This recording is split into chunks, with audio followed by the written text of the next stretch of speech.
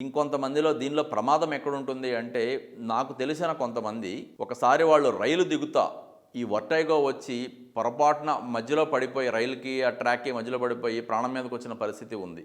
ఇంకొంతమంది అయితే స్నానం చేసి బాత్రూమ్ నుంచి బయటకు వస్తా చిన్న గట్టు లాంటిది తగిలి పడిపోయి దానివలన వాళ్ళకి మెడకి, తలకి దెబ్బ తగిలి తర్వాత కాలమంతా కూడా మంచంలో ఉన్న పరిస్థితి ఉంది.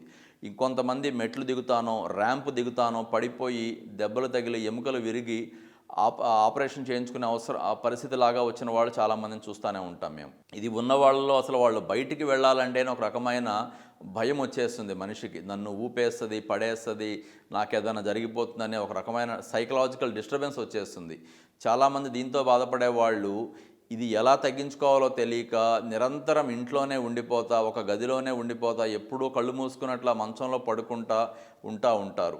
దీనిలో ఇంకొక వెరైటీ ఏంటంటే, ఇది కొద్ది మందికి తల ఒక పక్కకి తిప్పితే వస్తుంది, ఇంకో పక్క తిప్పితే తగ్గిపోతుంది. ఒక రకంగా పడుకుంటే వస్తుంది, ఇంకో రకంగా పడుకుంటే రాదు. దీని వెనకమాల కారణాలు కొన్ని ఉంటాయి. ఆ కారణాన్ని గనక మనం స్పష్టంగా పట్టుకోగలిగితే కొన్ని రకాల పరీక్షలు ఉంటాయి. ఒక 3, 4 రకాల పరీక్షలు ఉన్నాయి. కొద్దిగా ఖరీదైతే అవ్వచ్చు పరీక్షలు, ఒక 6, 7 వేలు దాకా అవ్వచ్చు. కానీ దీని వెనకమాల ఉన్న కారణాన్ని ఖచ్చితంగా పట్టుకుంటుంది.